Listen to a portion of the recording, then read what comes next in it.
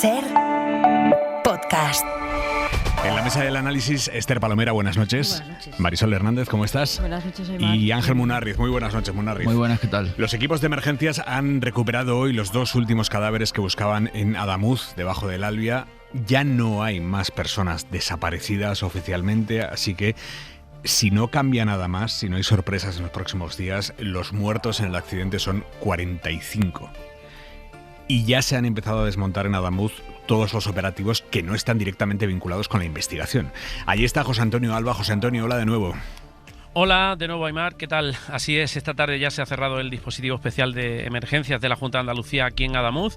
A partir de ahora todo se centra en recuperar a los heridos y en la ayuda psicológica a los propios heridos y a las familias de los fallecidos sobre todo. El presidente de la Junta de Andalucía, Juanma Moreno, ha destacado la inmediatez y la coordinación entre administraciones en esta operación y ha explicado lo complejo que ha sido la recuperación de los dos últimos cuerpos hallados bajo el vagón número 2 del tren Albia. Lo escuchamos. Yo diría palmo a palmo, porque ha sido así, palmo a palmo, retirando toneladas de hierro, pero retirándola progresivamente, y después, que yo lo he visto, a los bomberos aquí presentes, con sus manos iban quitando tierra, iban desmenuzando hierro para, evidentemente, dar con el cuerpo y que al final el pulpo, que aunque lo manejaba muy bien, no pudiera dañar, por así decir, los cuerpos, ¿no? Moreno Bonilla no ha querido entrar hoy en polémicas políticas, pide transparencia en todo el proceso de investigación para conocer las causas de esta tragedia. Le escuchamos. Creo que en esta investigación tiene que haber una máxima transparencia, porque los ciudadanos la van a necesitar, las víctimas la van a necesitar, y estoy seguro que los investigadores van a poner lo mejor de sí mismos para dar con la tecla de qué ha pasado, sobre todo para que no vuelva a pasar, ¿no? Y para que puedan recobrar una parte de la sociedad, recobrar la confianza en el transporte ferroviario. Pues nada, Aymar, Adamuz ya queda en calma a estas horas después del ir y venir de vehículos y maquinaria de estos días, que dejan todavía, por cierto, 21 personas ingresadas, 6 de ellas todavía en la unidad de cuidados intensivos. José Antonio, gracias. A vosotros siempre. Bueno, a la espera de que la investigación confirme si el accidente se debió o no a un supuesto fallo en la vía que provocó esas muescas en las ruedas de Irio y los trenes que pasaron justo antes por ahí, hoy hemos sabido que la Guardia Civil le ha mandado ya a la jueza del caso un primer informe con lo que tiene hasta ahora. Todavía es muy provisional, obviamente, han pasado 4 días, pero dentro de ese primer informe va, entre otras cosas, el testimonio del maquinista del Irio, al que los agentes han tomado ya declaración. Javier Bañuelos, buenas noches.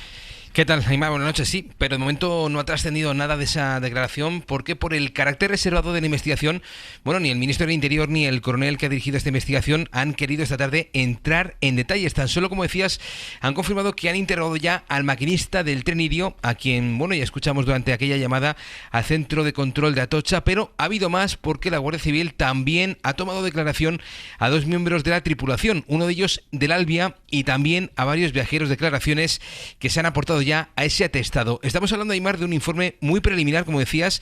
Es básicamente un inventario con todas las muestras y las evidencias que la Guardia Civil ha recogido en estos 4 días. En ese informe, por ejemplo, nos aseguran hay 2.500 fotografías de los vagones, también del recorrido y de las propias piezas de los trenes. Todo, como dices, está ya en poder de la jueza de Montoro, que está investigando ya esta tragedia.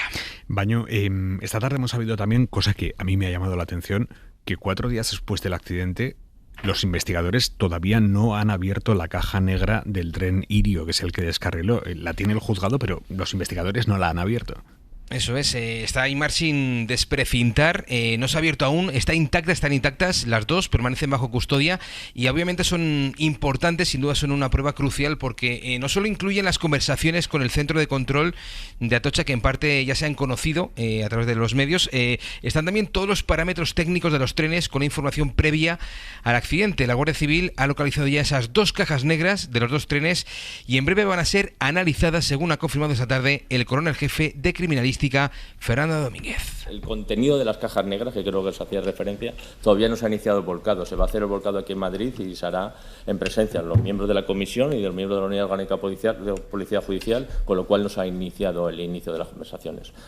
Bueno, el protocolo, Aymar, de ese volcado es está muy definido. Esas cajas negras se van a abrir en presencia de la Guardia Civil y el análisis del contenido lo va a hacer la CIAF, la Comisión de Investigación de Accidentes Ferroviarios, pero la Guardia Civil también va a realizar un clonado de toda esa información por si el juzgado le requiere en algún momento algún tipo de informe pericial para cotejar el que realice la propia CIAF. Y lo que tiene también ya la jueza en su poder, Javi, es el contenido de las cámaras que llevaba el propio tren Irio, el que descarriló. Dice la Guardia Civil que ellos todavía no han visto el contenido de eso, pero que lo tiene la jueza también. Sí, están a la espera de que se les remita esas grabaciones. De momento la Guardia Civil solo ha recibido las imágenes remitidas por Adif de las 2 cámaras que habían en las proximidades de ese apeadero de Adamuz, pero ya contamos aquí en la SER que no apuntaban a las vías, de ahí que los investigadores duden de que se puedan aportar demasiados detalles, pero sí esperan, como decíamos, más información o al menos más evidencias de esas cámaras internas que llevaban incorporadas el propio tren Irio. La Guardia Civil las espera con gran interés para avanzar en la investigación, como apuntaba también el coronel jefe de criminalística. En el tren Irio, pues bueno, ahí están bajo custodia de la autoridad judicial las imágenes que se han podido registrar en las cámaras que hay en el tren y todavía cuando se proceda a la apertura, se procederá al análisis de las mismas y se remitirá a la autoridad judicial. Bueno, va todo muy poco a poco, Aimar. Finalizada la búsqueda de los desaparecidos, la Guardia Civil nos aseguraba esta tarde que esperan ya instrucciones de la jueza de Montoro para poder iniciar a fondo su investigación, que de momento, como estamos apuntando, bueno, sigue en una fase bastante incipiente. Javier Bañuelos, gracias, buenas noches. Un abrazo, buenas noches. Hoy el ministro Óscar Puente ha dicho que si el accidente lo desencadenó un fallo en la vía, tuvo que ser un fallo que se dio en el momento del descarrilamiento justo antes, que fue un fallo súbito, dice el ministro Puente.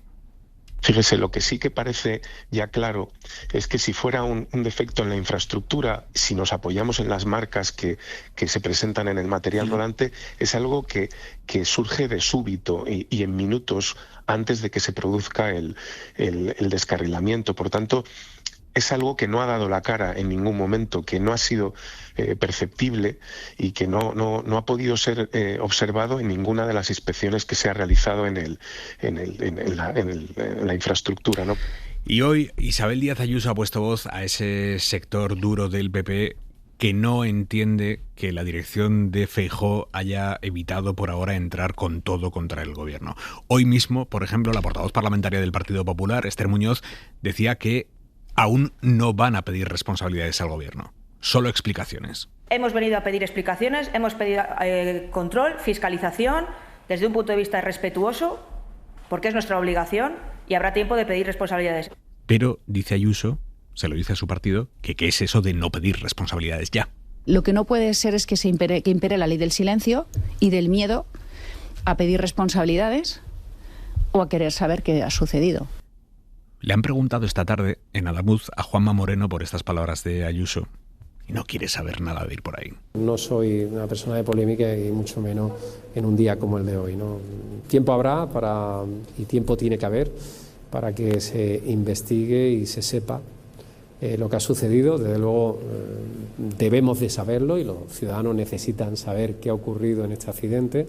Por tanto, vamos a darle su tiempo y hoy, si me permite, me voy a dedicar a lo importante que es el restablecimiento de la dignidad de las víctimas y el que por fin las víctimas, y digo víctimas porque las familias también son víctimas. Y ha reivindicado la lealtad entre administraciones con la que han trabajado la Junta y el Gobierno central en esta crisis, según Moreno. Somos mucho más fuertes como sociedad, como país, como comunidad, cuando avanzamos juntos, ¿no? Dentro de la diversidad política que tiene nuestro país, dentro de las distintas visiones legítimas todas, en estos momentos de crisis como los que hemos vivido en estas horas, sí que era importante trabajar de manera coordinada. Yo creo que hay una triada que tenemos que seguir, que es la gestión, la lealtad y la empatía.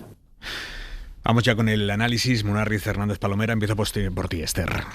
Bueno, pues si empezamos por la derivada política, hoy hemos visto la cara y la cruz de un Partido Popular que no tienen nada que ver y que por lo menos hay personas que están por la labor de respetar cuando menos los 3 días de luto oficial, porque yo creo que desde algunos medios de comunicación que suelen influir bastante en la estrategia del Partido Popular ya se les está azuzando a que eleven el tono del discurso y de las exigencias al gobierno inmediatamente después de que acaben los 3 días de luto oficial.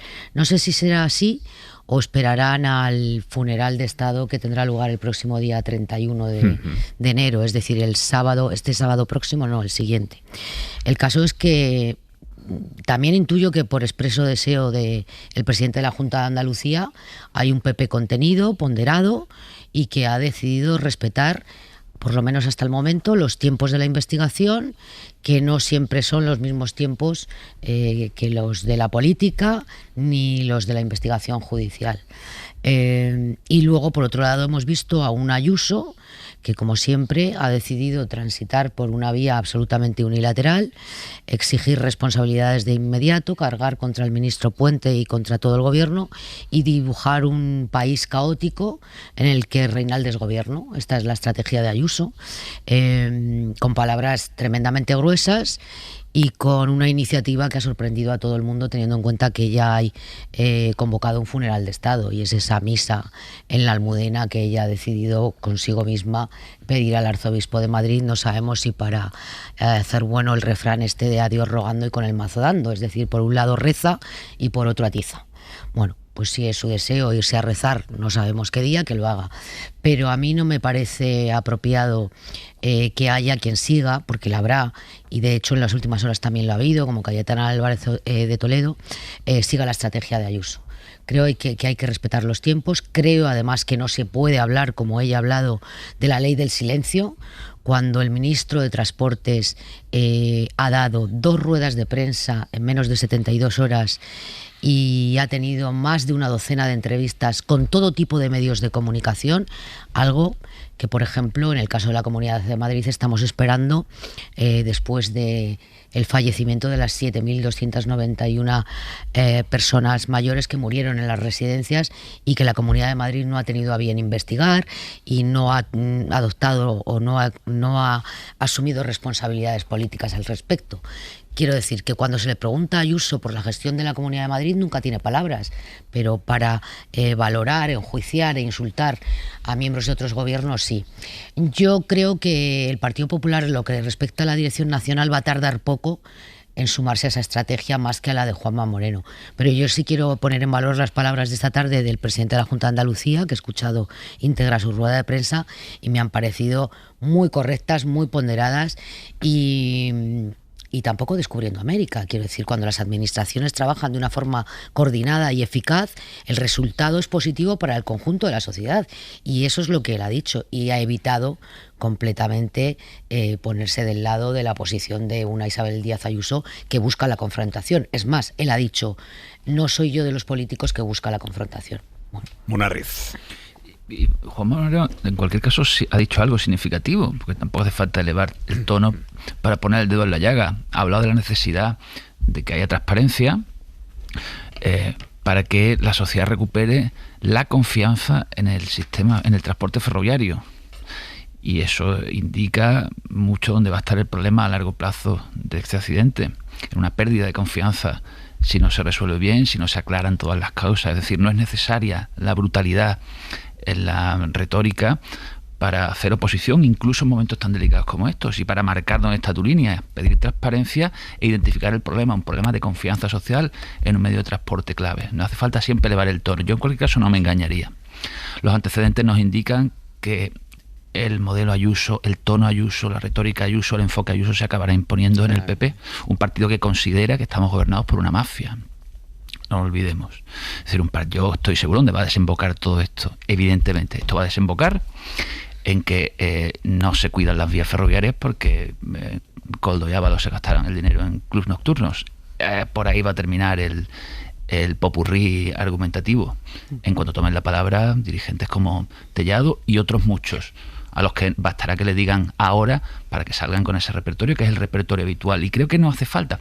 Creo que no hace falta porque de la misma manera que ahora mismo yo detecto una cierta demanda de contención en la sociedad, por respeto a los muertos recientes. Creo que en el futuro va a haber una demanda muy intensa de explicaciones y de aclaraciones. Y la oposición no solamente va a estar en su derecho, va a estar en su obligación de ser muy exigente, porque sin una oposición exigente, de la misma manera que sin un periodismo exigente, la tentación de superficialidad en el diagnóstico y en la asunción de responsabilidades va a bajar, y por lo tanto el PP tendrá su momento. Pero es que es pronto, si es que todavía no tenemos todas las piezas. Ni nosotros los periodistas, ni la Guardia Civil, ni la jueza, ni el Ministerio tiene todas las piezas. ¿Cómo vas a empezar ya? No ya a responsabilizar, a culpar directamente al gobierno y a acusarle de imponer la ley del silencio. Dale tiempo. Si todo esto al gobierno le va a volver, va a tener que dar explicaciones y probablemente sea un trago durísimo para el gobierno. Pero han pasado 3 días, no sabemos qué ha ocurrido. Marisol. Yo coincido en parte, yo creo que es una cuestión de tono y de tiempo, ¿no? Creo que es compatible, que además que hay que exigírselo al PP, pedir explicaciones, ¿no? Llamar a comparecer en el Congreso al presidente, al ministro de Transportes, y a la vez contener las críticas, ¿no? Porque en su labor de oposición está el reclamar, saber qué ha pasado. Lo decía Juanma Moreno esta tarde, hay que saber lo que ha pasado para que no vuelva a ocurrir, y es verdad que la opinión pública, por los antecedentes que hemos vivido también, un montón de retrasos en los trenes, de incidentes en los últimos años, posiblemente todos por la renovación de la vía, pero bueno, que la gente, que los clientes han sufrido especialmente, y sí que se ha instalado la sensación de que nuestro servicio ferroviario, siendo bueno como es, no funciona como debería. Entonces, esas explicaciones y la labor fundamental de la Comisión de Investigación nos tienen que llevar a mejorar. Y si ha habido fallos, el PP los tiene también que poner sobre la mesa y tiene que exigirlos. Pero hay que mantener el tono. El tono es fundamental. Hay 45 muertos y estamos ante una conmoción todavía social. Vamos a vivir un funeral y yo espero que todavía el tono del PP se mantenga. Pero lo que se está librando aquí, en el fondo, es lo que se está librando desde hace varios años dentro del PP, que es cómo confrontar con Vox. Ya hay 2 modelos, el de Ayuso, mucho más radicalizado, y el de Moreno Bonilla, mucho más moderado. Y los 2 han dado resultado. El problema es que el foco que Ayuso tiene siempre sobre ella, pues yo creo que ha llevado a mucha gente a pensar que es más rentable ser radical que ser moderado.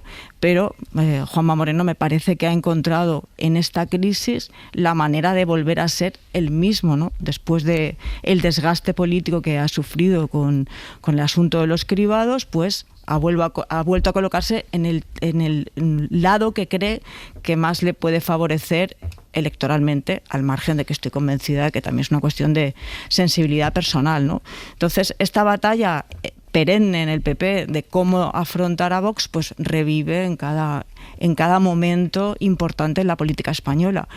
Y bueno, pues veremos en los próximos días cómo se resuelve. Es posible que se resuelva más hacia el lado de Ayuso, porque esta misma tarde ya ha habido palabras de Feijóo diciendo que la ley del silencio no se tiene que producir, lo que se tiene que producir es la ley de la verdad.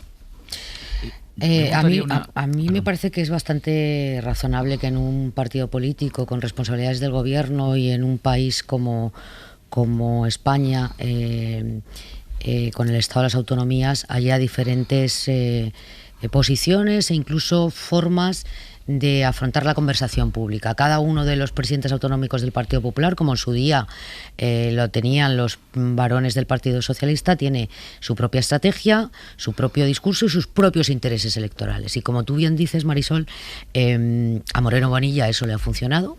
Le ha funcionado en Andalucía, que es un territorio que durante 40 años ha sido hegemónico de la izquierda, y sin embargo él ha conseguido enhebrar un discurso de transversalidad que le ha dado un resultado electoral bastante sobresaliente, a tenor de las últimas elecciones.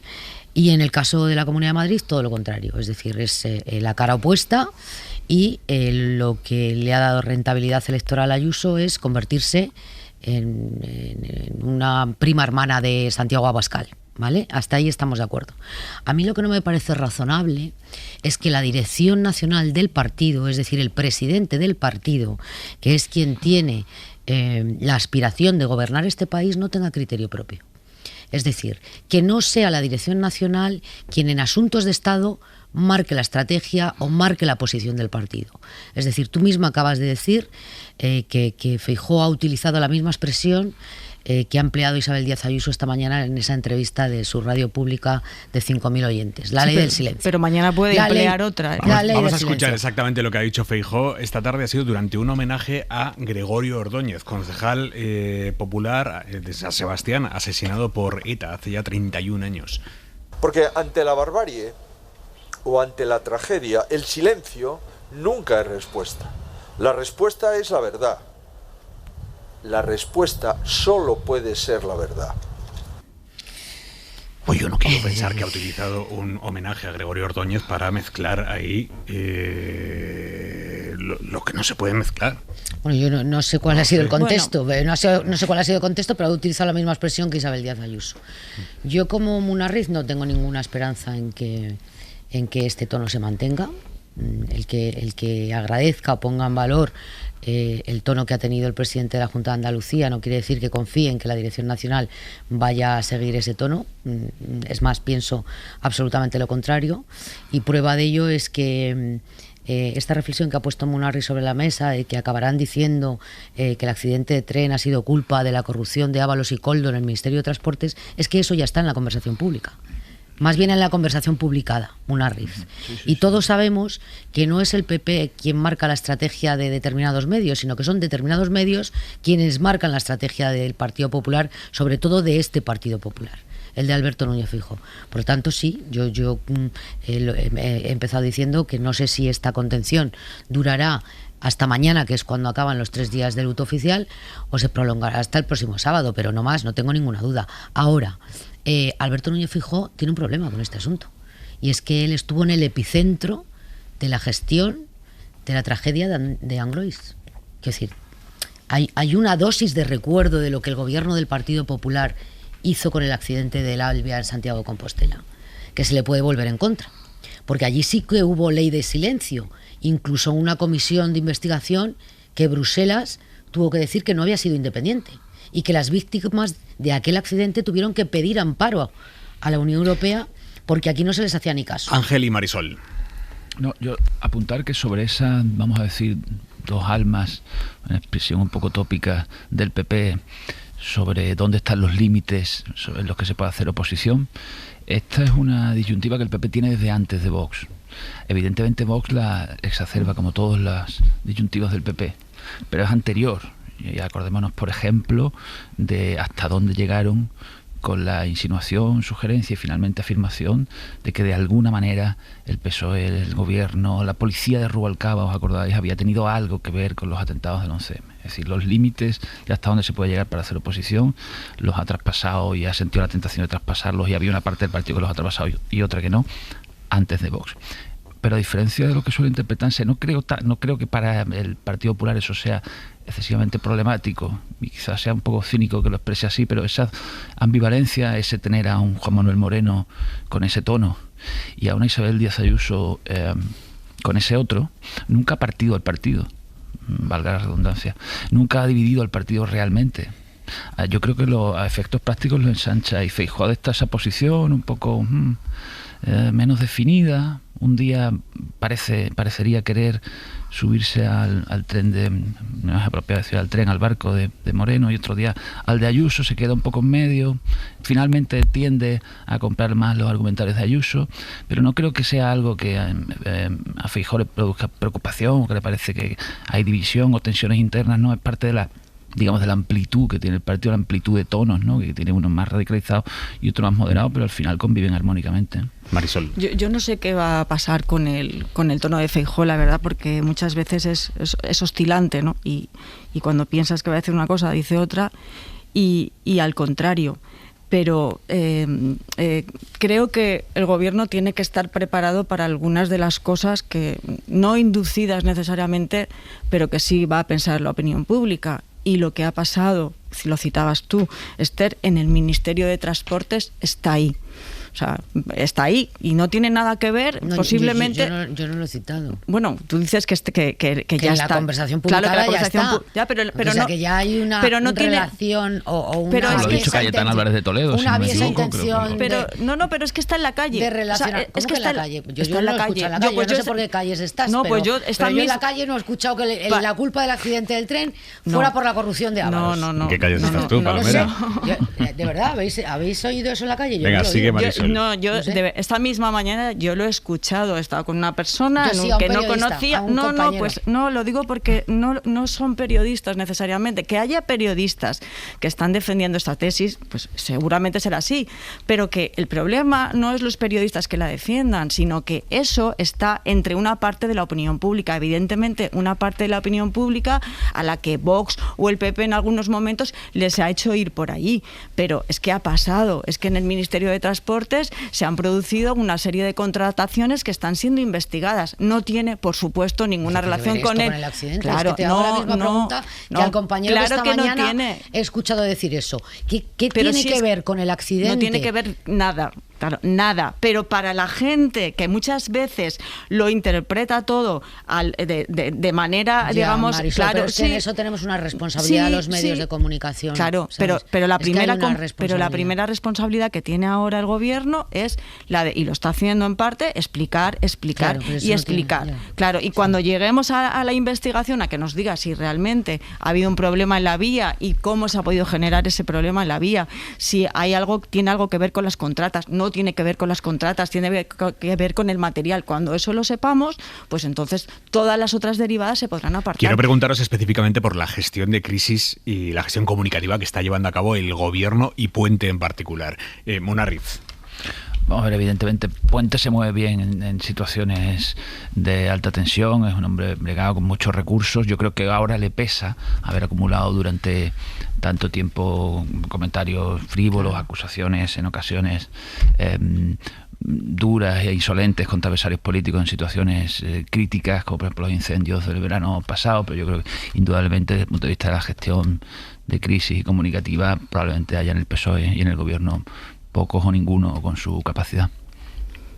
Yo es que pienso que como todo el mundo no está siempre todo lo atento que nos gustaría a los periodistas a la información, hay mucha gente que conoce al ministro por sus salidas de tono en Twitter. Y entonces, siendo para mí una persona seria que está haciendo una buena gestión desde que llegó al ministerio, desde luego mucho mejor que la de José Luis Ábalos, que tiene capacidad técnica, capacidad comunicativa, pues le pesa mucho su pasado tuitero. Bueno, yo creo que podríamos decir que Óscar Puente, desde el punto de vista de la comunicación, es capaz de lo mejor y de lo peor. Pero también hay que reconocer que pocos ministros de este gobierno o de cualquier otro gobierno de los que hayamos tenido tienen la capacidad de ponerse delante de 40 o 50 periodistas durante 2 horas y media, sin límite de preguntas y respondiendo a todo tipo de preguntas técnicas. Y además ayer se vio muy bien en esa rueda de prensa compartida con el responsable de Adif y el responsable de Renfe, que no siempre los técnicos aportan mejor y más clara información que los políticos. Ayer se vio clarísimamente. No, pero además es que él, desde que llegó al Consejo de Ministros, yo la primera vez que lo vi comparecer, a mí me sorprendió precisamente por eso. O sea, porque tiene un control de la parte técnica que es verdad que yo no lo he visto a otros ministros. Algunos incluso especialistas. Pero, claro, es que la gente igual no ha brillado lo que podría haber brillado durante estos meses por sus condiciones técnicas, su capacidad técnica. Y habría por otras cosas. Hoy utiliza una expresión, soufflé emocional, para referirse al estado de ánimo de los maquinistas. Vamos a escucharlo y lo comentamos. Óscar Puente hoy en Cataluña Radio, pidiéndoles a los maquinistas, ante la protesta en Rodalies, pidiéndoles no, confiando en que poco a poco baje el suflé emocional. No, yo no estoy ahora mismo en las negociaciones, pero si lo que se pide son intervenciones en la infraestructura o garantías de absoluta seguridad, eso no es viable. Al menos, desde luego, lo que son intervenciones en la infraestructura, eso no se puede hacer en unas horas, ¿no? Vamos a ver. Yo creo que si el sufle emocional baja y todos nos calmamos, pues bueno, podemos llegar a acuerdos razonables y dar un poco satisfacción a lo que ellos piden relacionado con el estado de las infraestructuras, pero también en el tiempo que sea necesario para abordarlo. Se ha llegado a un acuerdo, ¿eh? Vamos a ir ahora mismo a Barcelona porque se ha llegado a un acuerdo entre... Bueno, de hecho voy a ir a Monarriz y después comentamos todo, porque la noticia es que esta noche se ha reanudado ya la circulación de los trenes de Rodalies en la línea R2. De momento solo en esa línea, y además de una manera prácticamente simbólica, porque va a salir el primer tren en cuestión de minutos y una hora después ya se cierra, como todos los días. Entonces, bueno, es una cuestión de simbolismo. Se reanuda la R2 esta noche. Hoy la red entera había estado parada, porque en un contexto de pulso total con Renfe solo se habían presentado a trabajar 6 de los 140 maquinistas de Rodalies que tienen que ir hoy. Finalmente, esta tarde, Renfe, Adif, la Generalitat y los maquinistas han llegado a un acuerdo para reanudar el servicio de Rodalies, y el acuerdo implica que los maquinistas van a participar en una misión para revisar todos los kilómetros de red de Rodalies. Y cuando se hayan revisado, entonces se irán abriendo las líneas, en principio mañana, pero como digo, la R2 ya esta noche. Xavi Abelló, Radio Barcelona, buenas noches. Hola, buenas noches. Como dices, será un restablecimiento simbólico el de esta noche, el del servicio de la R2, a partir de las 11 aproximadamente, según Renfe. La intención es que salgan solamente 2 trenes desde Sants, uno en cada sentido, uno hacia el aeropuerto, otro hacia Granollers. El principal interrogante es si el resto de líneas estarán operativas ya mañana desde primera hora. Esta es la intención, asegura Renfe, aunque lo más probable es que la recuperación vaya siendo progresiva. Antonio Carmona, el portavoz de Rodalies, ha asegurado que los trabajadores están de acuerdo en volver y que intentarán que haya un servicio lo más normal posible. Demà podrem arrencar el servei amb la major normalitat possible. És l'objectiu i tots els equips de Renfe, Adif y personal de conducción trabajarán toda la nit. Dice que trabajarán toda la noche con el objetivo de que mañana haya esa normalidad lo antes posible. El acuerdo entre administraciones y sindicatos es que se vayan poniendo en marcha, como decías, a medida que se hayan vuelto a inspeccionar todos los posibles elementos de inseguridad que se detecten. Ayer Adif ya realizó ese trabajo para ver posibles daños provocados por el temporal, pero los maquinistas creen que hay zonas con problemas estructurales que agravan los peligros, y hasta que no haya un acuerdo para detectar estas incidencias y ponerles solución, pues no volverán a restablecerse el servicio de manera completa. Abelló, mil gracias. Hasta ahora. Bueno, pues en ese contexto, antes de que se cerrara este acuerdo, le habían preguntado en Cataluña Radio a Puente por esa protesta de los maquinistas. Yo creo que si el sufle emocional baja y todos nos calmamos, pues bueno, podemos llegar a acuerdos razonables y dar un poco satisfacción a lo que ellos piden. Estas son las palabras a las que hacía referencia Monarriz. Nada, sí, o sea, no me parece tampoco grave ni ofensivo, pero sí creo que está mal elegido el término, porque remite a una reacción artificial, desmesurada, cuando probablemente la intranquilidad sea real y la preocupación sea real. Es más, la preocupación y la inquietud de los maquinistas se transmite muy fácilmente a la sociedad, porque son los usuarios saben quién va al mando, y si el que va al mando no está tranquilo, evidentemente el que va en el vagón tampoco lo está. En ese contexto, yo creo que el término sufle, estábamos hablando de comunicación política, y me parece que estaba mal escogido. Yo creo que se podría entender lo de suflé emocional. Yo no lo he visto mal, porque yo creo que se refería, bueno, al impacto, ¿no?, a la sensibilidad de los maquinistas tras la muerte de dos compañeros, claro, y es lógico que todos estamos dolidos, pues ellos en su caso todavía más, ¿no?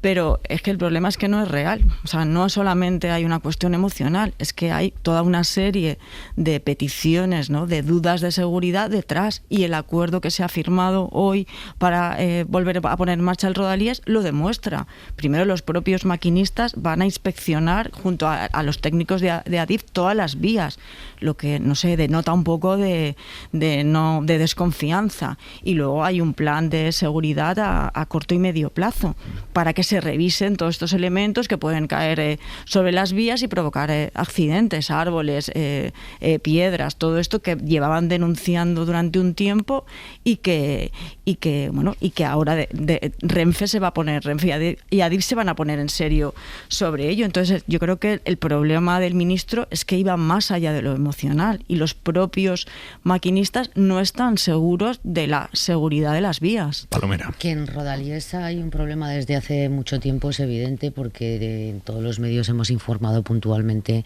de lo que ocurría allí, del colapso que se producía cada vez que había una incidencia en Rodalies. Pero los mismos que ahora están exigiendo medidas inmediatas para poner fin a esta situación son los que decían que cada euro que destinaba el Gobierno de España para la mejora de los Rodalies era porque quería dar gusto al independentismo y quería romper con la igualdad entre los territorios de este país. Esto como primera reflexión. Y como segunda, creo que a veces se nos olvida que la seguridad en la red de ferrocarril la determina o la regula Bruselas. Quiero decir, no es algo arbitrario que pueda determinar ni el Gobierno de España, ni Renfe, ni Adif, ni el ministro de turno.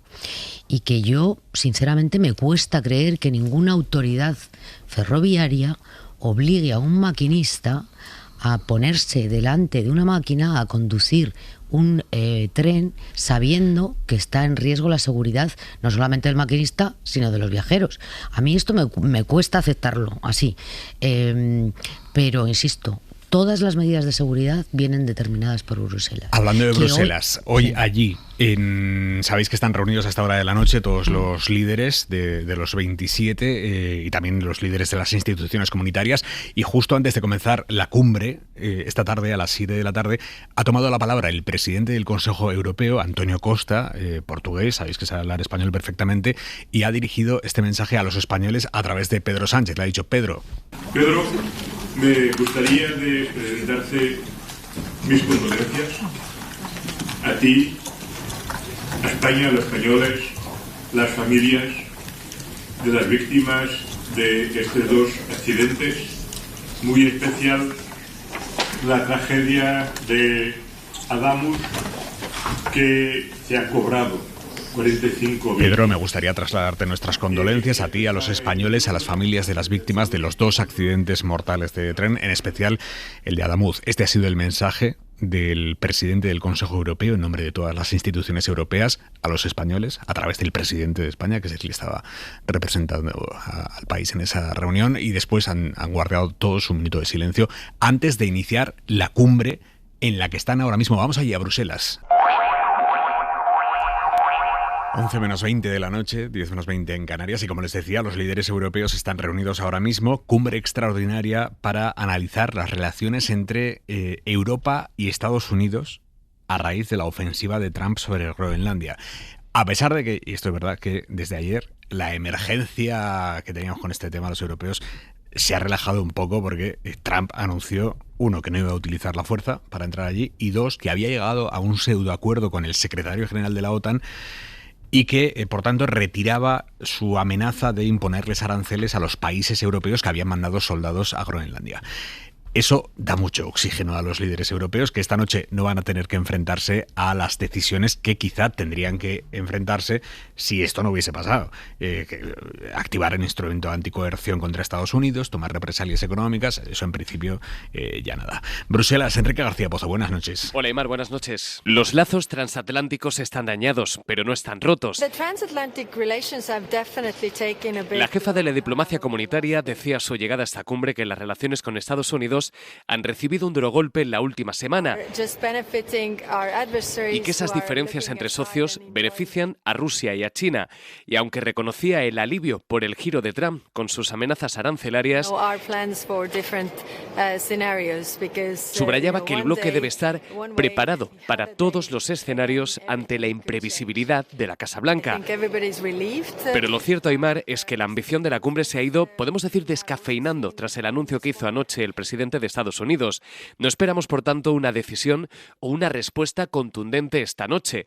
El contexto ahora es mucho más positivo que hace apenas 24 horas, explica una fuente comunitaria, lo que no significa que el bloque no deba estar vigilante. Decía a su entrada el presidente francés Emmanuel Macron, que repetía que todos los instrumentos deben estar encima de la mesa. Sobre Groenlandia, mensaje unitario. La soberanía danesa sobre la isla es indiscutible, ha dicho la primera ministra de Dinamarca, Mette Frederiksen, que abre la mano a trabajar con Estados Unidos en materia de seguridad, pero establecía una línea roja. Las normas democráticas no se pueden cuestionar. Del acuerdo de Trump con la OTAN sobre Groenlandia, 24 horas después de que se anunciara, ¿realmente qué sabemos? Isabel Villar, buenas noches. Buenas noches. Pues lo que publican algunos medios, porque el acuerdo no lo tenemos, según Bloomberg, lo que han acordado Trump y la OTAN es renegociar el tratado que permite la presencia de tropas estadounidenses en la isla. Medios alemanes citan, por ejemplo, la posibilidad de desplegar allí el escudo antimisiles estadounidense. Esto aparte de fortalecer el papel de la OTAN en la seguridad del Ártico con un comando de la alianza bajo mando estadounidense. También cita Bloomberg una negociación de tipo económico que incluiría derechos mineros para Estados Unidos y frenar así las pretensiones de Rusia y China de entrar en ese negocio. Todo esto sería a cambio de que Estados Unidos deje de amenazar con aranceles a Europa, que esto sí sabemos que se ha cumplido porque fue el presidente de Estados Unidos quien ayer levantó públicamente el pie de esa amenaza. Un Trump que se muestra entusiasmado con ese preacuerdo con la OTAN. Ha presumido en una entrevista en la Fox de que lo pactado les permitirá conseguir todo lo que quieren sin coste alguno. En esencia, hablamos de acceso total, sin fin, sin límite de tiempo en Groenlandia, dice el presidente de Estados Unidos. Con quien se ha reunido hoy el presidente de Estados Unidos en Davos ha sido con el presidente de Ucrania, Zelensky, y después de esa reunión, Zelensky ha decidido que era buena idea subir al estrado del foro de Davos y ponerse a dar palitos a Europa, porque dice que Europa está sumida en la inacción. O sea, es Trump el que le lleva humillando un año y Europa saliendo en su defensa. La Unión Europea lleva 4 años financiando a Ucrania frente a Rusia. La Unión Europea acaba de pactar la emisión de eurobonos por 90.000 millones de euros para seguir financiando a Ucrania. Y eso fatal. Zelensky critica la inacción de Europa. Pues ya está. Pablo Morán, buenas noches. Hola, Aimar, buenas noches. Sí, por momentos ha parecido que el líder ucraniano quería sintonizar con Trump en sus críticas a Europa. 40 soldiers to Greenland. What message does it send? Enviar 40 soldados a Groenlandia no es lo que se espera de ella, ha dicho en relación al pulso con Trump en este asunto. A year has passed and nothing has changed. Lamenta que nada haya cambiado sobre Ucrania en el último año. We must have the courage to act. Y reclama coraje para que Europa no solo hable, sino también actúe, y actúe a tiempo, dice.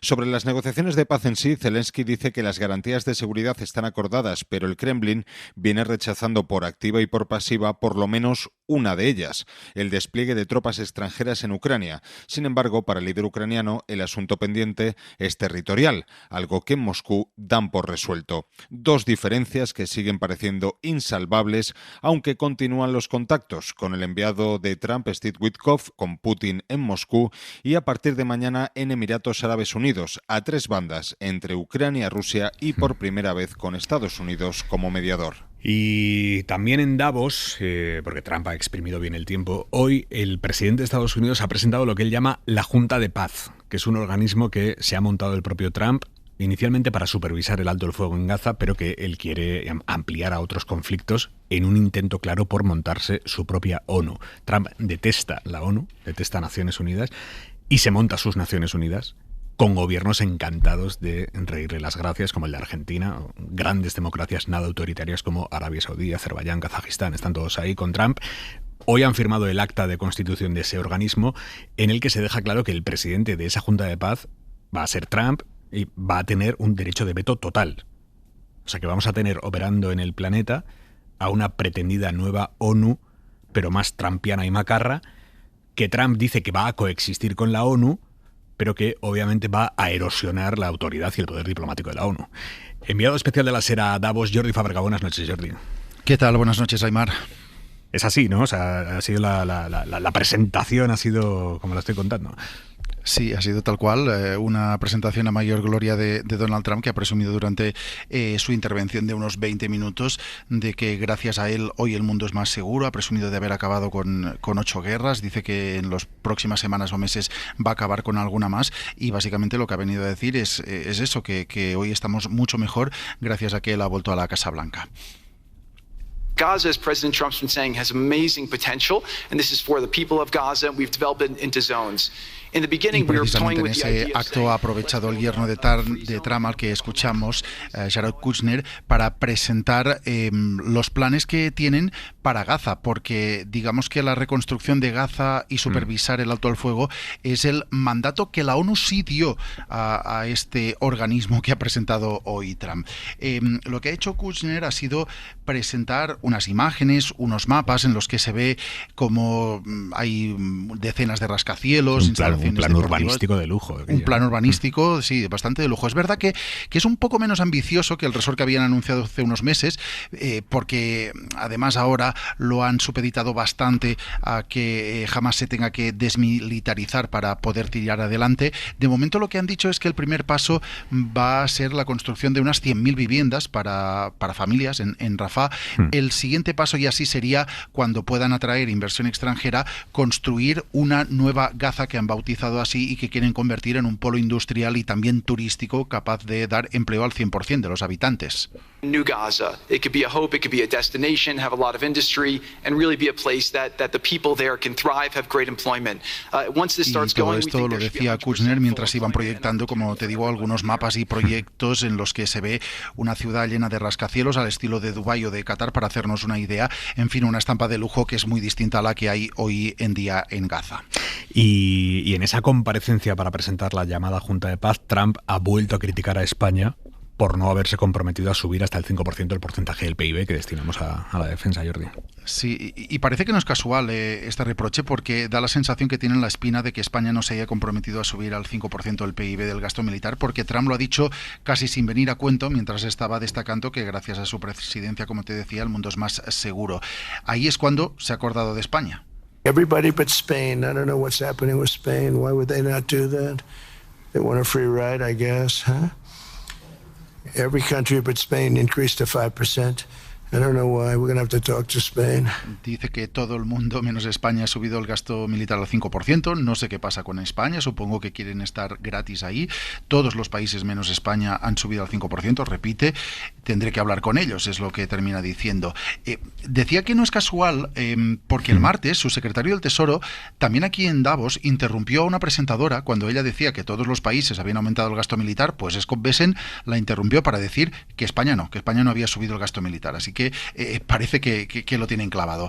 Lo que tenemos ya, justo después de escuchar las palabras de Trump, ha sido la respuesta desde el gobierno español, que la daba también aquí en Davos el ministro de Exteriores, José Manuel Álvarez. En cuanto al gasto, nosotros consideramos que con el 2.1% es suficiente para entregar las capacidades, para poner a disposición de la OTAN las capacidades que nos han solicitado, pero que a nadie le quepa la menor duda. España es un aliado fiable y participa plenamente de la seguridad euroatlántica. Ha añadido Álvarez que ya lo han explicado muchas veces, pero que no tienen problemas en volvérselo a explicar si Estados Unidos lo quiere. Jordi, gracias, buenas noches. Buenas noches. Munarriz. Bueno, la carpeta de la OTAN es la que le importa a Donald Trump de su relación con España. Es decir, digamos que el gobierno de España, Pedro Sánchez, ha sacado los pies del tiesto en varias ocasiones en lo que se refiere a las relaciones con Estados Unidos. Recordemos aquel viaje que también fue objeto de crítica por parte de la administración Trump a China inmediatamente después de los aranceles. Ha tenido posiciones sobresalientes contra Israel en relación a su ataque a Gaza. El acento crítico del presidente en todo lo que dice sobre Venezuela, en Groenlandia quizás ha estado más mesurado, pero en general es una voz bastante disconforme con Trump. A veces uno se pregunta hasta qué punto puede ocasionar incluso un choque directo con un personaje tan volcánico, pero realmente a lo único a lo que entra Trump, a lo único que se refiere, lo único que parece considerar un asunto que sí merece atención, y esta vez no ha sido que le haya preguntado a un periodista, pero esta vez ha sacado directamente el tema, es la cuestión OTAN.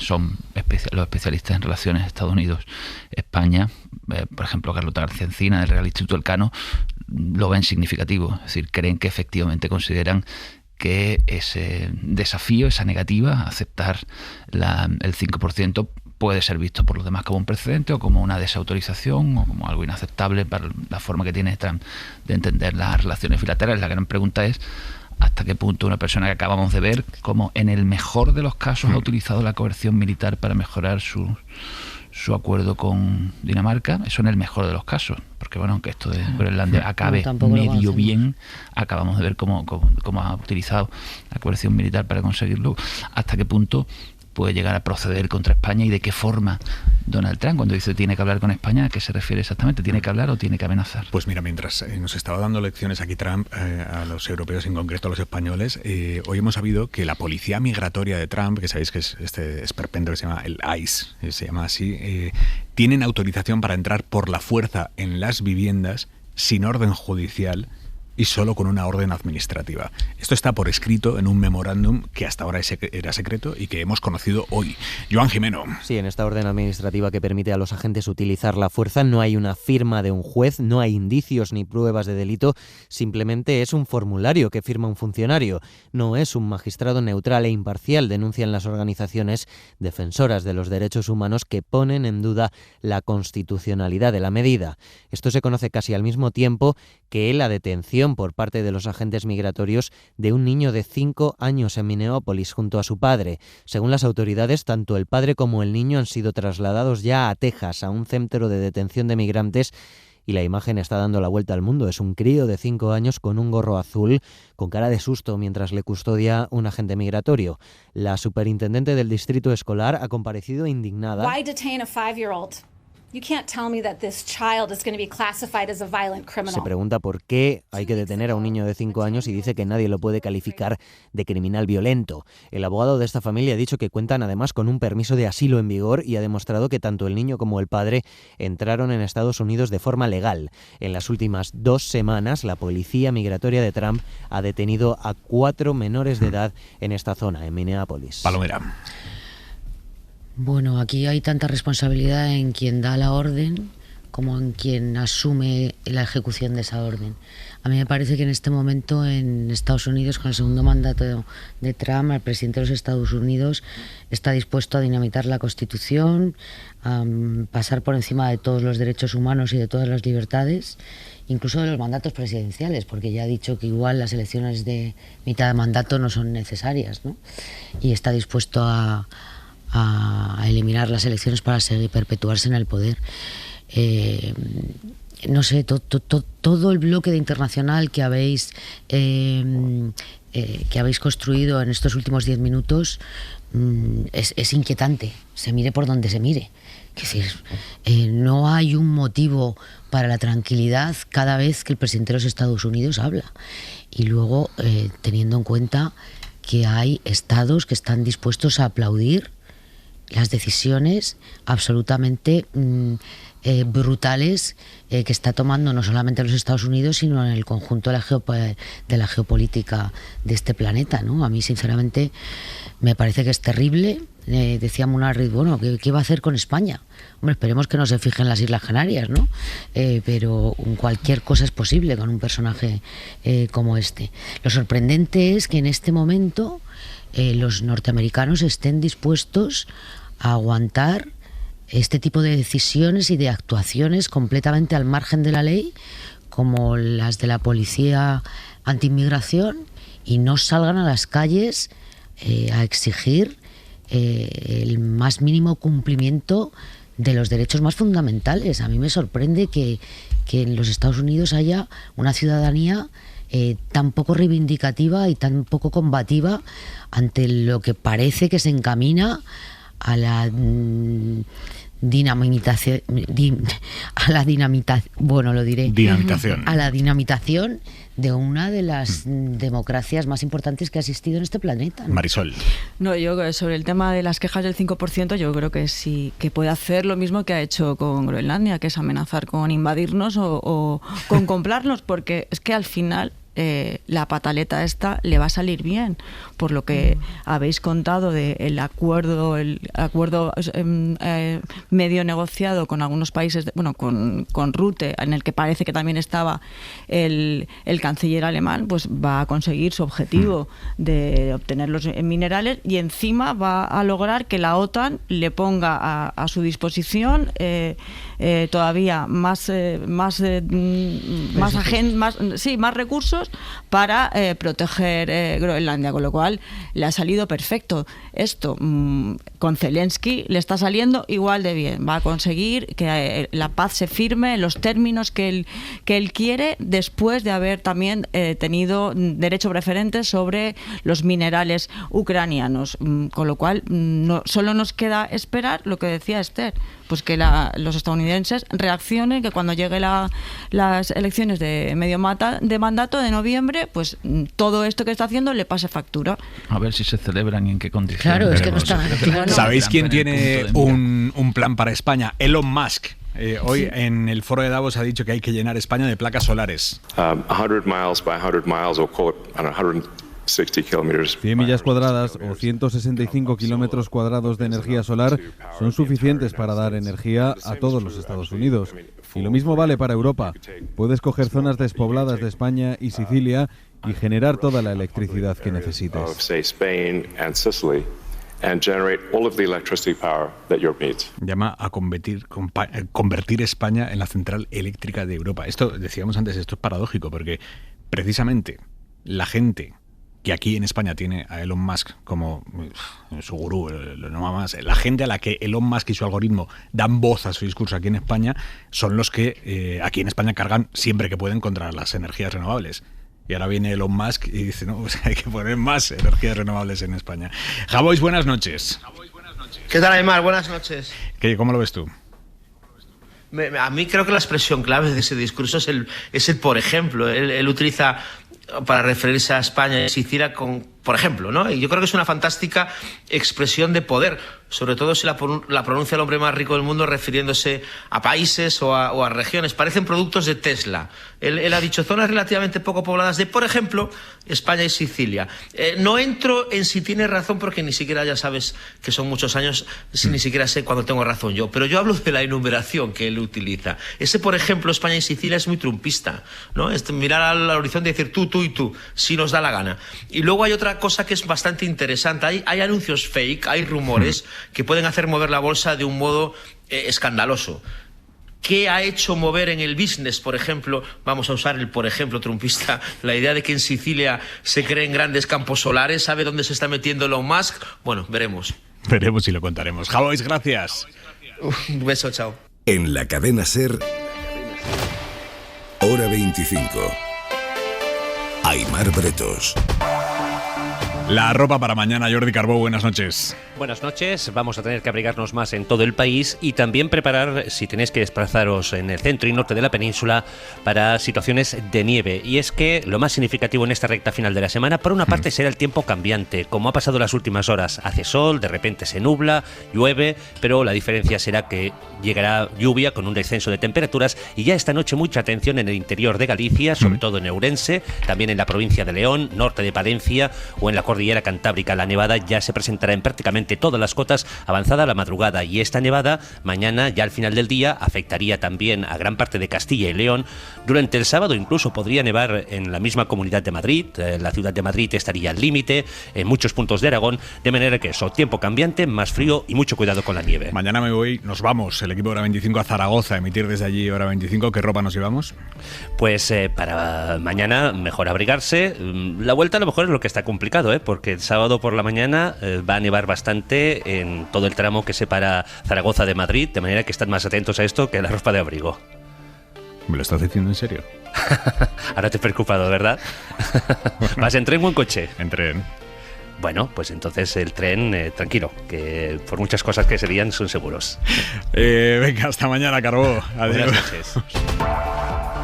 Había una posibilidad enorme de meternos en charcos en este comentario. Era una cosa terrible. Empiezas hablando de la nieve y acabas... Carreño, buenas noches. Hola, Aymar Bretos, muy buenas. ¿De qué vas a empezar a hablar tú? Pues yo te voy a hablar de fútbol más tranquilo y sin charcos. Vale. Está a punto de terminar el partido del Celta, que le está ganando 2-1 al Lille, con un jugador menos desde la primera parte, el equipo gallego, pero va a ser importante del Celta. Y antes el Betis ha perdido 2-0 contra el PAOK de Salónica.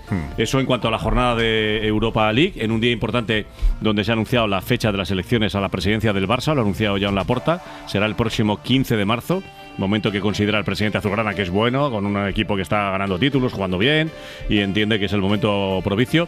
Y la mala noticia para el Barça, que Pedri se ha confirmado la lesión muscular, estará un mes aproximadamente de baja el centrocampista canario. Así que con todo esto y mucho más a las 11:30. Hasta luego, Manu. Adiós, Aymar. Bueno, efectivamente, mañana empieza la campaña electoral en Aragón y vamos a emitir desde allí, desde Zaragoza, una edición especial de Hora 25 con todas las claves de estas elecciones que tienen una lectura que trasciende lo autonómico. Si quieren venir a acompañarnos, estaremos en Zaragoza, en el espacio Ibercaja Explora, a partir de las 10 de la noche y nos encantará encontrarnos allí para pasar una noche intensa de radio con todos los oyentes de Radio Zaragoza. Munarriz, tú estás allí ahora mismo en Radio Zaragoza, llevas días hablando con unos, con otros, con analistas, expertos políticos aragoneses. ¿Qué claves estás extrayendo a 2 semanas de las elecciones? Tengo un poquito de déjà vu de Extremadura.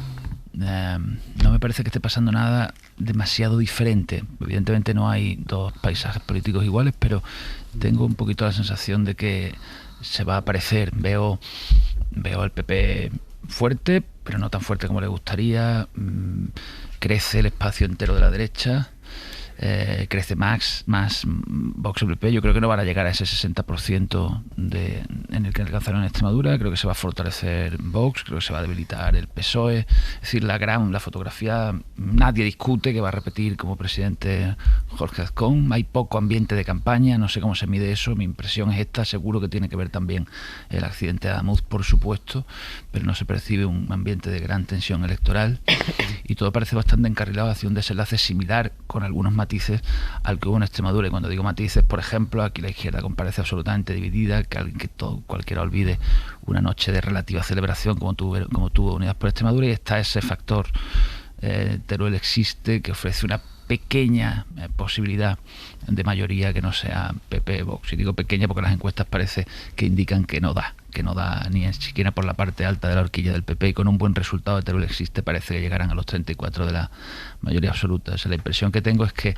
este momento político tiene unas coordenadas como muy bien marcadas, y además de déjà vu de Extremadura que decía, no descarto que sea también spoiler de Castilla y León y Andalucía. Es decir, parece que esta secuencia que ha marcado el PP en efecto le permite achicar al PSOE y ser el partido más votado, pero al mismo tiempo lo deja en una posición de subordinación frente a Vox. Y además hay una paradoja a la derecha.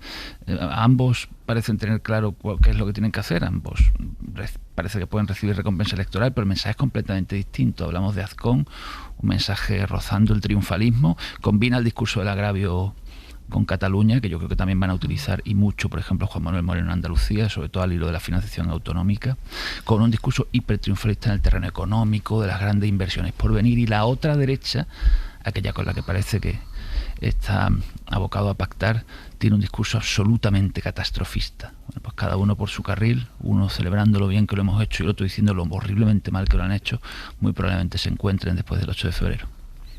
Palomera. Bueno, yo estoy de acuerdo en que básicamente se puede repetir el escenario de Extremadura, pero no porque los resultados de los diferentes partidos que van a concurrir sean similares. En ningún caso yo contemplo un hundimiento del Partido Socialista como el que hubo en Extremadura, que había sido territorio hegemónico de la izquierda durante los últimos 40 años. Por supuesto, PP y Vox no van a sumar el 60% de los votos como sumaron en Extremadura, por varios motivos. Uno, la candidata Pilar Alegría no es Miguel Ángel Gallardo. No hay punto de comparación entre uno y otro. Puede gustar más o menos su campaña. Hay quien considera que es una campaña novedosa, pegada al terreno, de pueblo a pueblo, y hay quien considera que es una campaña que está pasando prácticamente desapercibida porque tiene escaso eco en los medios de comunicación. No tengo criterio al respecto, pero en ningún caso creo que se vaya a repetir el desolador resultado que supuso para el Partido Socialista. Y si estos escenarios se repiten, como decía Munarriz, después de Extremadura, en Aragón, en Castilla y León y en Andalucía, bien podríamos anticipar que la jugada de Feijóo de organizar este carrusel electoral en el primer semestre de 2026 no le ha llevado o no le llevará a más reflexión que la que ya sabíamos de antemano, y es que el Partido Popular hoy por hoy no tiene ninguna posibilidad de ser alternativa de gobierno en ningún territorio, no solamente en el gobierno de España, en ningún territorio, si no es de la mano de Vox, excepto en Galicia. Por supuesto que aquello es monocultivo, o por lo menos hasta ahora ha sido monocultivo, y Vox no tenía ni siquiera representación en la Cámara Autonómica, pero en el resto de territorios Feijóo está condenado a entenderse con la ultraderecha española. Madrid. Madrid. Bueno, en Madrid, perdón, sí, es como nos esté oyendo Ayuso, no sé si nos escuchará, pero por supuesto mucho más de lo que piensas. Pero aún así, en Madrid también Vox ahora está comiendo terreno a Ayuso. Es decir, de la misma manera que hay posibilidades después de la crisis de los cribados del cáncer de mama, que Moreno pierda la mayoría absoluta en Andalucía, todo el caso Quirón y todo el deterioro de los servicios públicos y el caso de la pareja de Ayuso le están provocando un desgaste hasta ahora desconocido en el PP de Madrid. Marisol. Yo creo que la campaña está cercana, ¿no? Es verdad que un poco extraña que está haciendo Pilar Alegría también. Creo que busca quitarse el traje, ¿no?, de portavoz del gobierno, que lo ha llevado mucho tiempo, y luego también busca rentabilizar el voto socialista en las dos provincias más mejor representadas, que son Huesca y Teruel. Bueno, yo desde ese punto de vista lo veo inteligente. La estrategia en su conjunto, creo que hay una frontera para el PSOE que son los 20 escaños, o sea, bajar de los 20 escaños me parecería que sería un fracaso por una cuestión casi mental, ¿no?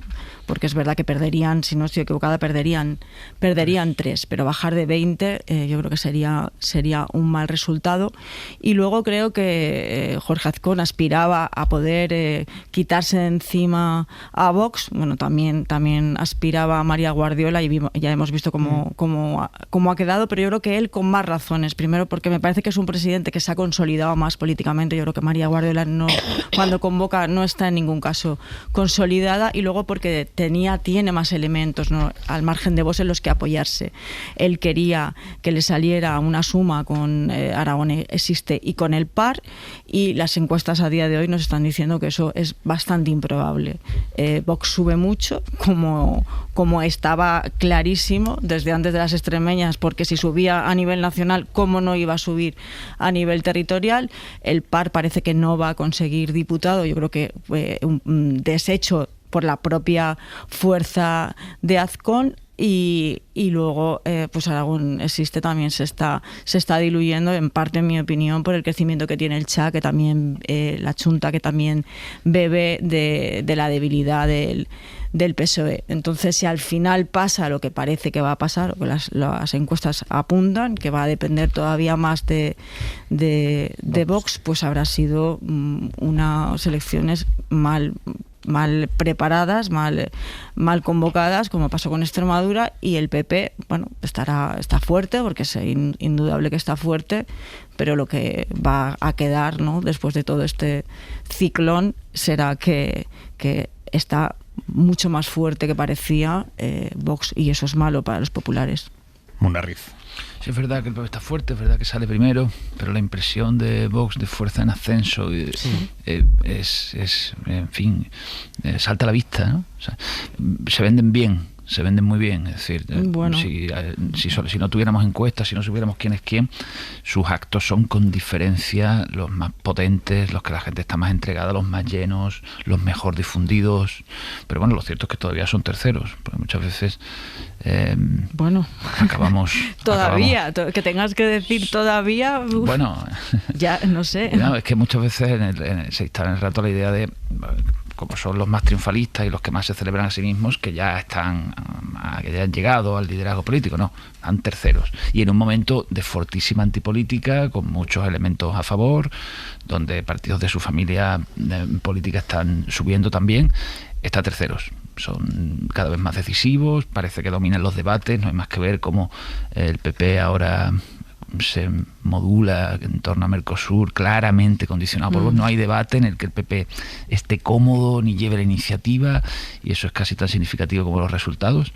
Pero bueno, lo cierto es que el PP aguanta arriba fuerte, a pesar de que hay espacio para que suba. O sea, es que lo interesante, el fenómeno, es que hay un crecimiento de la derecha en dos direcciones distintas, ¿no? La pregunta es si luego esas dos direcciones, las que están creciendo, son conciliables en un solo proyecto de gobierno. Yo creo que finalmente sí lo serán, aunque el PP creo que va a sudar tinta. Veremos y lo contaremos mañana, hora 25, en Aragón. Hoy Comisiones Obreras ha presentado datos que demuestran que la privatización inunda también la formación profesional. Ya no es solo la formación universitaria, también la formación profesional. Con el aumento de la demanda de la FP, no se ha aumentado la oferta pública. Y eso está haciendo que hagan su agosto los centros privados de FP con porcentajes muy elevados en algunas comunidades autónomas como Euskadi, como Madrid, Andalucía. Laura Gutiérrez. Sí, con casi 1 millón de alumnos estudiando FP en España, más que nunca un tercio está matriculado en centros privados. La FP privada a distancia es la que más ha crecido en los últimos años, según denuncia Comisiones Obreras, que alerta de que las familias también se están endeudando para poder pagar la formación profesional de sus hijos. Es verdad que los costes están desde los 1.500 hasta los 12.000 euros. Desde luego se han incrementado demasiado. Y las familias, si antes lo hipotecaban para que su hijo o su hija pudiera ir a la universidad, ahora ya también lo están haciendo para que puedan hacer estudios de formación profesional. Desde 2016, la FP básica ha pasado de costar 1.000 a 2.000 euros al año, mientras que la FP de grado medio puede llegar hasta los 3.000 anuales o hasta los 12.000 en el caso de la superior en centros privados. No están mal estos datos, Marisol. Bueno, es un fallo de planificación, ¿no? Porque es verdad que se ha vendido la formación profesional y es cierto como una salida, no una salida más para al margen de las carreras, además una salida que da trabajo, ¿no? Que tiene perspectiva, pero claro, esto no es compatible con que no haya un crecimiento en las plazas y me resulta muy extraño porque además no es tampoco nuevo, ¿no? El tema de fomentar la formación profesional. En el gobierno de Mariano Rajoy ya lo hizo, ¿no?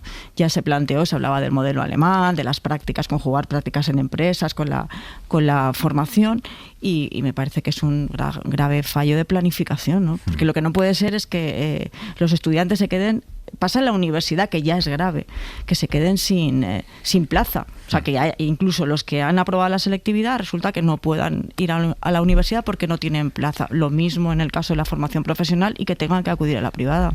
Hablando de privada, estamos contando esta noche en Hora 25, saben ustedes que el sábado es el MIR, el examen que tienen que pasar los médicos una vez que se gradúan para poder especializarse y hacer la residencia en la especialidad que ellos quieran. Bueno, el sábado es el MIR y estamos contando esta noche en Hora 25 algo que los médicos conocen perfectamente, que decir aquí esto no es noticioso, ¿no? Pero es una realidad. Y es que detrás del MIR hay un pedazo de negocio también para algunas academias privadas. Son 3 academias que se reparten la preparación de prácticamente todos los aspirantes de España cada año. Academias privadas por las que los aspirantes al MIR acaban pasando para preparar la prueba con máximas garantías. ¿Es obligatorio que pasen por estas? No. Sin pasar por estas academias se aprueba. Difícil. Y los estudiantes están reclamando cada vez con una voz más alta el que haya una academia pública que prepare a los aspirantes para ir con garantías al MIR. Claro, es que son muchos miles de euros lo que tienen que pagar en estas academias privadas. Adela Molina. AMIR, CTO y MIR Asturias es la trilogía que cualquier estudiante de medicina conoce. Son las academias privadas por las que casi todos los aspirantes a trabajar en la sanidad pública acaban pasando para preparar el MIR con garantías. Aspirantes como Mari. Ya que el MIR es un examen muy específico y las academias pues ayudan mucho a entender esa lógica y a organizarte el estudio. Entonces, para la mayoría nos resulta imprescindible. Uno de los grandes problemas es que no hay un temario del MIR que les sirva para prepararse por su cuenta. Al no tener un temario hace muy atractivo que una academia te diga, no, es que nosotros te damos el temario, nosotros te damos los manuales. Es mucho más fácil para un aspirante, por muy caro que sea, al final acabar cayendo en pagar una academia que verte tú solo. Los más perjudicados son los alumnos con menos recursos, que no pueden pagar los alrededor de 4.000 euros que cuesta el curso. Este tipo de formación que al fin y al cabo te obliga para trabajar en la sanidad pública, tienes que hacer sí o sí el MIR, no tienes otra opción. Debe crear una academia pública para esas personas que no pueden acceder. Piden también un temario oficial. Sanidad ya ha anunciado que tiene intención de elaborarlo junto a comunidades y sociedades científicas, aunque el Ministerio reconoce que esos trabajos aún no han empezado. Palomera. Bueno, yo creo que salvando distancias, pero es un caso muy parecido al que ocurre entre los jóvenes que preparan oposiciones a judicatura y con una práctica que, por ejemplo, en el Ministerio de Justicia ha querido y ha pretendido acabar el ministro de Justicia con la creación de una escuela estatal para preparar a los opositores. Y que esto ha levantado en armas a muchos jueces y magistrados que tenían un negocio paralelo haciendo de preparadores de los jóvenes estudiantes, ¿no? Que aspiraban a vestir la toga en algún día. No solamente tenían un suculento negocio, sino que el que pasaba por determinados preparadores tenía mayor facilidad para obtener nota y aprobar esa oposición. Pues en el caso de los MIR, por lo que estáis contando, ocurre algo muy, muy similar. Y también sería conveniente que el Estado, como con las becas SERES, para preparar oposiciones a judicatura, a jueces o fiscales, también hubiera unas becas, porque cuesta mucho dinero a un médico aprobar un MIR y preparar una oposición, y es una carrera que cuesta mucho dinero, y no estaría nada mal que se facilitara la preparación de este aprendizaje, ¿no? ¿Qué te sugiere esto, Munarriz? Bueno, hay toda una industria en torno a la rentabilización de esa expectativa de conseguir un empleo, ¿no?, de las características que te da el de aprobar una posición, un empleo fijo, en ocasiones bien remunerado, en un entorno de tanta dificultad para conseguirlo, pues evidentemente surge el negocio donde si es caro, evidentemente aparecen las barreras de acceso, aparece la desigualdad, y claro que tiene todo el sentido apoyar a los que menos recursos tienen para que la competición sea lo más meritocrática posible, ¿no? Y el esfuerzo de todos pues se recompense de la manera más parecida posible. Siempre va a haber ventajas de partida, siempre las va a haber por razones de origen, familiares, económicas, pero bueno, se amortiguan, ¿no?, con mecanismos un poco de igualamiento. Ahí tiene sentido la petición de que, no sé si una academia pública, pero desde luego que haya ayudas para echar una mano a quien no llega a poder adquirir ese recurso, de lo que tiene sentido. Os voy a contar en 30 segundos, que la Unión Progresista de Fiscales ha conseguido reunir dinero suficiente para Álvaro García Ortiz, para pagar la multa, lo que tiene que pagar el novio de Ayuso y lo que tiene que pagar de multa también. O sea, no es una cuestión económica. Álvaro García Ortiz posiblemente tendría ese dinero, es un gesto, ¿no? Se lo cuento ahora mismo. Les decía, los fiscales progresistas se han reunido, han hecho un crowdfunding para conseguir el dinero con el que Álvaro García Ortiz haga frente a las responsabilidades económicas que le ha impuesto en su condena el Tribunal Supremo. Pedro Jiménez. La UPF recauda los 7.200 euros de multa y los 10.000 euros de indemnización para el novio de Ayuso, resultado de la sentencia del Supremo que condenó a Álvaro García Ortiz por filtrar los datos reservados de Alberto González Amador. Una respuesta solidaria que ha unido a fiscales y ciudadanía.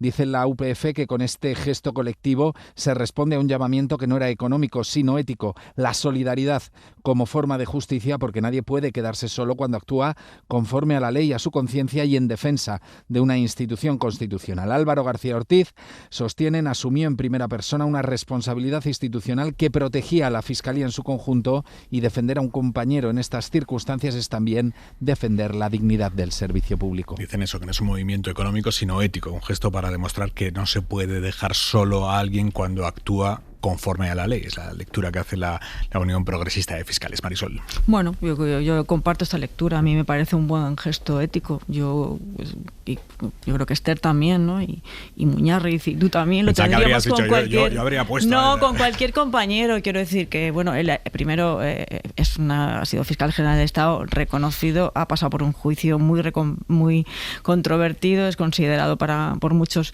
una víctima, presidió la Unión Progresista de Fiscales, pues el ejemplo nuestro yo creo que es válido, ¿no?, en el sentido de que cualquier compañero que nosotros pensáramos que ha sido sentenciado injustamente, pues seguramente también, claro, la clave apoyaríamos es la injusticia de la sentencia, no claro, el que sea un compañero que ha sido condenado, ¿no? Yo creo que la clave está en una condena absolutamente insólita, que sin una prueba sólida que hubiera demostrado durante el juicio que fue el fiscal general del Estado el filtrador de ese correo electrónico, se le haya condenado y que se haya acuñado como nuevo sujeto penal a los entornos. Por eso decía de los sentencia controvertida, ¿no?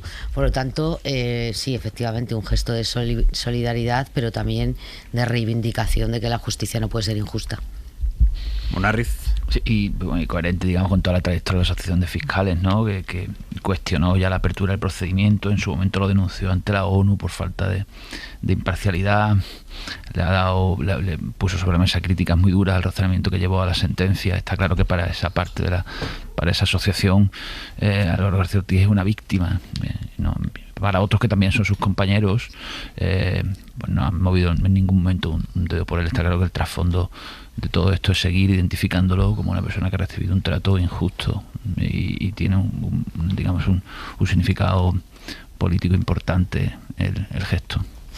Por cierto, si tienen un ratito, esta noche, mañana, cuando sea, escúchense la entrevista que le hemos hecho esta noche, en Hora 25, a Patricia Martín, que es una cirujana plástica especializada en manos, de una cirugía de precisión extrema, y al mismo tiempo es levantadora de piedras. Es una de las grandes campeonas de Euskadi en el levantamiento de piedras, Harri Jasotzaile. Y es brutal el perfil de esta mujer. O sea, cómo con sus manos puede levantar piedras de más de 100 kilos y una y otra vez, y al día siguiente estar operando con una precisión exquisita. Me ha dejado loco esa entrevista. Así que si tienen un ratito, les animo a que se la escuchen. Punto y 25. Joaquín Estefanía. El papel de cada uno. En ocasiones, las personas que antes reaccionan a las arbitrariedades de los poderes son insospechadas. Esto ha sucedido en los últimos tiempos con 3 banqueros centrales, que habitualmente suelen ser personalidades muy conservadoras. En el año 2012, en medio de la gran recesión, Mario Draghi, un banquero con no muy buena reputación entre los ciudadanos y entonces al frente del Banco Central Europeo, hizo unas valientes declaraciones que salvaron al euro, aunque ello significara intervenir en los mercados. Draghi dijo estar dispuesto a hacer lo que fuese necesario para preservar la moneda y sajó de raíz la especulación. El segundo ejemplo es actual. Jerome Powell, presidente de la Reserva Federal, ha resistido hasta ahora los intentos del gran matón de hacerle dimitir, por negarse a bajar los tipos de interés a la velocidad política que conviene al presidente de Estados Unidos. El último caso es el de Mark Carney, hoy primer ministro de Canadá y ayer gobernador del Banco de Canadá y del Banco de Inglaterra. Carney ha llamado en Davos a sus colegas a poner los pies en pared ante el imperialismo de Trump, igual que ayer defendió la permanencia de Gran Bretaña en la Unión Europea. Estamos viviendo una ruptura, no una transición, en la que, como casi siempre, lo nuevo no termina de nacer y lo viejo no acaba de morir. Y en ese interregno todos estamos descolocados, unos para bien y otros para mal. Punto y 25. Marisol Hernández, Ángel Munarriz y Esther Palomera, mil gracias. Buenas noches. Para no perderte ningún episodio, síguenos en la aplicación o la web de la SER, Podium Podcast o tu plataforma de audio favorita.